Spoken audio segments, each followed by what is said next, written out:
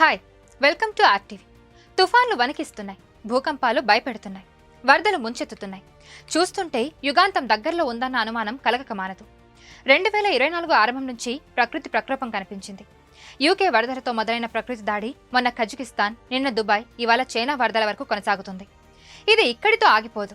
ముందు ముందు మరిన్ని విపత్తులు తప్పవన్న హెచ్చరికలు వినిపిస్తున్నాయి. ఇంతకీ ఈ వరదలకు కారణమేంటి?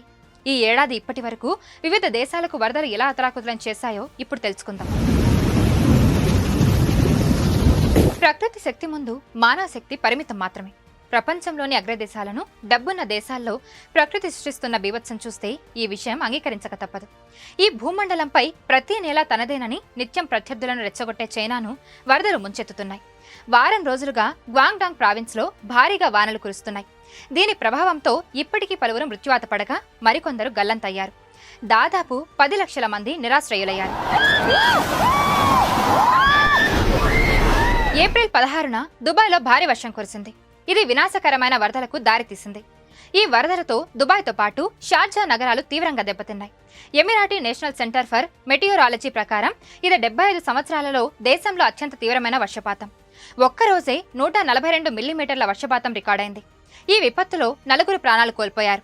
ఇది ఖచ్చితంగా మానవ తప్పిదం వల్ల కురుస్తున్న భారీ వర్షాలే అని నిపుణులు స్పష్టం చేస్తున్నారు. యుఏఈ ఎప్పటి నుంచో క్లౌడ్ సీడింగ్ చేస్తుందని, ఆ ఫలితమే ఇప్పుడు ఇలా కనిపిస్తుందని అమెరికా సైతం అంచనా వేసింది. అటు భారీ వర్షాలతో ఈ ఏడాది ఒమన్ సైతం అతలాకుతలమైంది. ఒమన్లో వరదల కారణంగా 19 మంది మరణించారు. ఏప్రిల్ 19న కెన్యాలో కురిసిన భారీ వర్షానికి వరదలు సంభవించాయి. ఈ వరదలకు 13 మంది బలయ్యారు. ఐక్యరాజ్య సమితి ప్రకారం 15,000 మందికి పైగా ప్రజలు నిరాశ్రయులయ్యారు. ఈ వర్షాలు జూన్ వరకు కురుస్తాయని నిపుణులు హెచ్చరిస్తున్నారు. మరోవైపు ఏప్రిల్ 15న కజకిస్తాన్తో పాటు రష్యాలోని పలు ప్రాంతాలను వరదలు ముంచెత్తాయి. ఇది 125,000 మందికి పైగా ప్రజలు తమ ఇళ్లను వదిలి వెళ్లేలా చేసింది. ఏప్రిల్ 12న భారీ వర్షంతో పాటు ఆకస్మిక వరదలు ఆఫ్ఘనిస్తాన్తో పాటు పాకిస్తాన్ను ముంచెత్తాయి. ఈ ఘటనలో 130 మందికి పైగా మరణించారు. వందలాది మంది గాయపడ్డారు. వరదల కారణంగా వ్యవసాయానికి అపార నష్టం వాటిల్లింది. ఇక ఈ ఏడాది జనవరి ప్రారంభంలో యునైటెడ్ కింగ్డమ్ భారీ వరదలను ఎదుర్కొంది.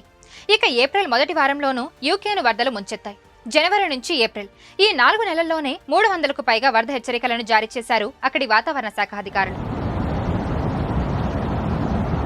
గ్లోబల్ వార్మింగ్, సముద్ర మట్టం పెరుగుదల లాంటివి వరదలకు కారణమవుతున్నాయి. ప్రకృతి ఉపద్రవాలకు మానవ తప్పిదాలు ఒకదానికొకటి తోడవుతున్నాయి. మనకు ఊపిరి ఇచ్చే వాయువును కూడా కాలుష్యభరితం చేస్తున్నాం. స్వచ్ఛ జలాలున్న నదులను చెత్త కుండీలుగా మారుస్తున్నాం. పట్టణీకరణ, పారిశ్రామిక విప్లవం, అడవుల నరికివేత, వనరుల విధ్వంసం, మితిమీరిన ప్లాస్టిక్ వాడకం ప్రకృతిని నాశనం చేస్తున్నాయి. ప్రకృతి ప్రకోపిస్తే అది చేసే విలయతాండవం అన్నిటా భయకంపితం. సర్వం వినాశనం, సృష్టి మనుగడే శూన్యం. అందుకే ఈ విశ్వంలో జీవరాశులు అన్నింటి మనుగడకు మూలమైన భూమిని రక్షించుకోవాల్సిన అవసరం ఉంది. లేకపోతే భవిష్యత్తులో మరిన్ని విపత్తులు తప్పవు. మరిన్ని వీడియోస్ కోసం ఛానల్ ని సబ్స్క్రైబ్ చేయండి. లేటెస్ట్ అప్డేట్స్ కోసం వాట్సాప్ ఛానల్ ని ఫాలో చేయండి. అండ్ లింక్ డిస్క్రిప్షన్ లో ఉంది.